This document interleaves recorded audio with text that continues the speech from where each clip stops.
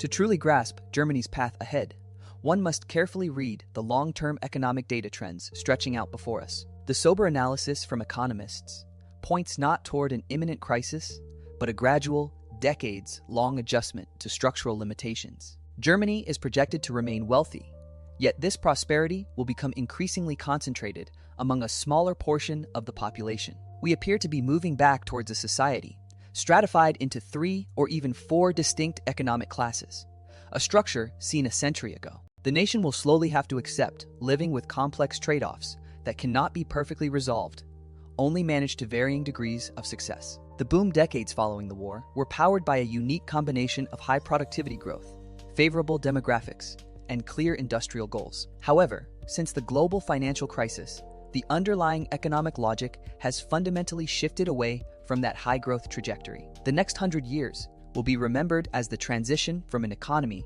driven by growth to one primarily focused on maintaining stability. This means the central objective will evolve from expansion toward the constant, painstaking maintenance of what currently exists. The most critical structural weakness inhibiting future progress remains the stagnation in labor productivity measured per hour worked. Without a sustained, powerful injection from digitalization, education, or new organizational methods, this bottleneck will persist deep into the next century. The result won't be sudden mass unemployment, but rather a creeping yet massive plateau in the overall prosperity achieved per person. Nominal wages will continue to climb, driven by societal expectations, creating inherent cost tensions that productivity cannot always cover. When legally mandated minimum wages are among the world's highest, it creates a concrete cost reality for smaller, local service providers. This inherent pressure will inevitably lead to concentration, where larger units with better economies of scale begin to dominate the local value chain.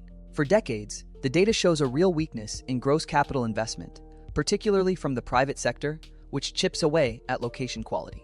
At the same time, regulatory complexity continues to mount, acting as a fixed cost that disproportionately burdens the smaller market players. The long-term outcome is a highly regulated consensus society where achieving agreement is slower, though perhaps less immediately confrontational. Germany will remain an export nation, but its relative competitive edge against dynamic economies, like the USA and parts of Asia, will steadily diminish. By the year 2125, the primary political anxiety will likely be the fear of losing status, rather than any descent into widespread poverty. The defining challenge ahead is how the country organizes the unavoidable conflicts between demanding wages, lagging productivity, and necessary regulation. Ultimately, Germany will not collapse, but it must fully internalize the very real and enduring price that must be paid for long-term stability.